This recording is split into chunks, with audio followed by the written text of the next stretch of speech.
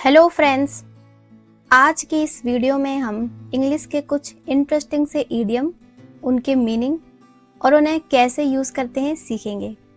तो चलिए वीडियो शुरू करते हैं।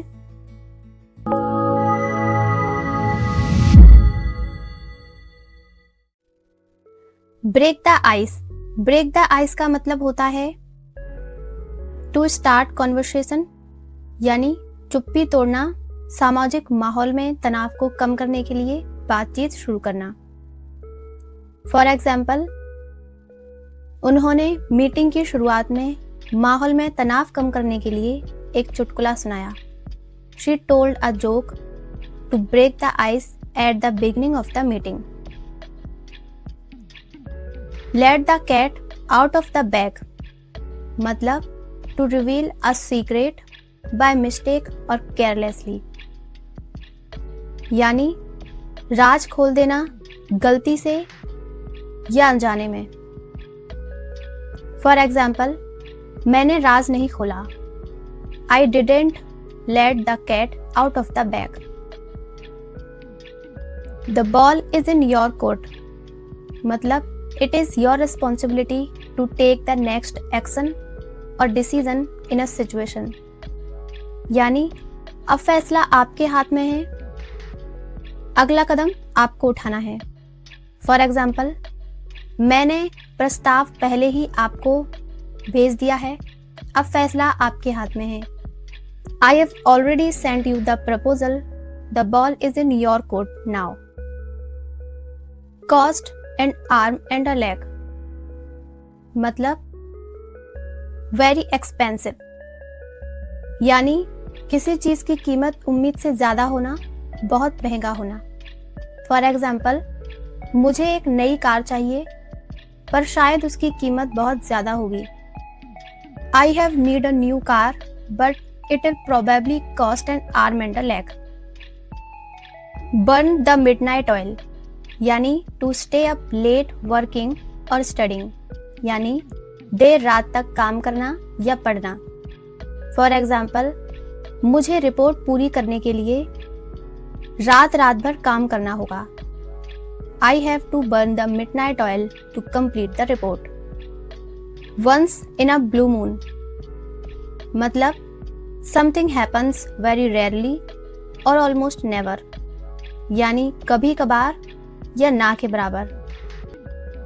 फॉर एग्जाम्पल, हम बाहर खाना खाने कभी कभार ही जाते हैं। We go out to eat once in a blue moon. Hold your horses, मतलब to wait, slow down or to be patient before acting, यानी संयम बरतना, धैर्य रखना, शांत हो जाना, रुकना। फॉर एग्जाम्पल, संयम बरतें, हमने अभी तक मैच जीता नहीं है, तो जस्ट न मनाएं।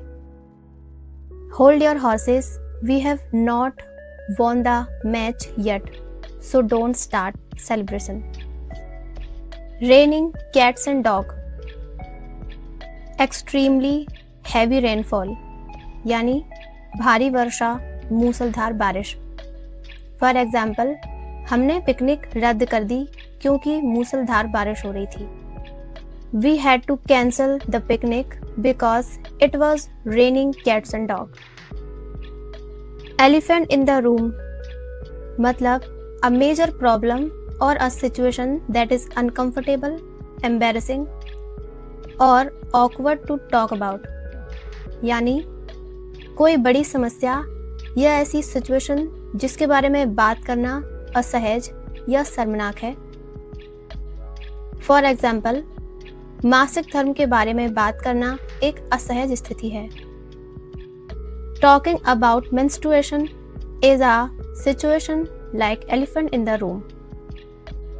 The best of the both worlds, मतलब you can enjoy two different opportunities at the same time, यानी दोनों हाथों में लड्डू होना या दो अलग अलग स्थितियों के सभी लाभ लेना बिना किसी नुकसान के। फॉर एग्जाम्पल, दोनों स्थितियों में एक साथ लाभ लेना कठिन है। It is difficult to have the best of the both worlds. Kill two birds with one stone. मतलब to achieve two goals with a single action or effort. यानी एक काम से दो लक्ष्य हासिल करना या एक तीर से दो निशाने. फॉर एग्जाम्पल, साइकिल से काम पर जाना, काम पर जाते समय व्यायाम भी मिलता है, यह एक तीर से दो पक्षियों को मारने जैसा है. Cycling to work, you get exercise while traveling to work. It is like kill two birds with one stone. Under the weather मतलब to feel slightly sick or unwell, यानी बीमार या अस्वस्थ महसूस करना. फॉर एग्जाम्पल, मैं आज रात पार्टी में नहीं आ सकता क्योंकि मेरी तबीयत थोड़ी खराब है. I can't come to the party tonight because I'm feeling a bit under the weather. Bite the bullet. Bite the bullet का मतलब होता है decide to do something difficult or unpleasant, यानी किसी अप्रिय काम को करने का साहस करना, दृढ़ संकल्प करना. फॉर एग्जाम्पल, उसे हिम्मत जुटानी पड़ी और बॉस को अपनी गलती के बारे में बताना पड़ा. She had to bite the bullet and tell her boss about her mistake. Piece of cake. Piece of cake का मतलब होता है something that is very easy, यानी कोई काम का बहुत आसान होना. फॉर एग्जाम्पल, परीक्षा का पेपर बहुत ही आसान था. The exam paper was a piece of cake. Bite off more than you can chew. Bite off more than you can chew का मतलब होता है to take on a task or responsibility that is too difficult to handle, यानी अपनी क्षमता से अधिक काम लेना. फॉर एग्जाम्पल, वह स्कूल जाने और स्वयं सेवा करने की कोशिश कर रहा है, लेकिन ऐसा लगता है कि उसने अपनी क्षमता से अधिक काम ले लिया है. He is trying to do work to go to school and volunteer, but he is bitten off more than he can chew. So, I hope आपको ये सारे idioms समझ में आ गए होंगे और आप इनको अपनी डेली लैंग्वेज में यूज भी कर पाएंगे. तो मिलते हैं नेक्स्ट वीडियो में. Thanks for watching.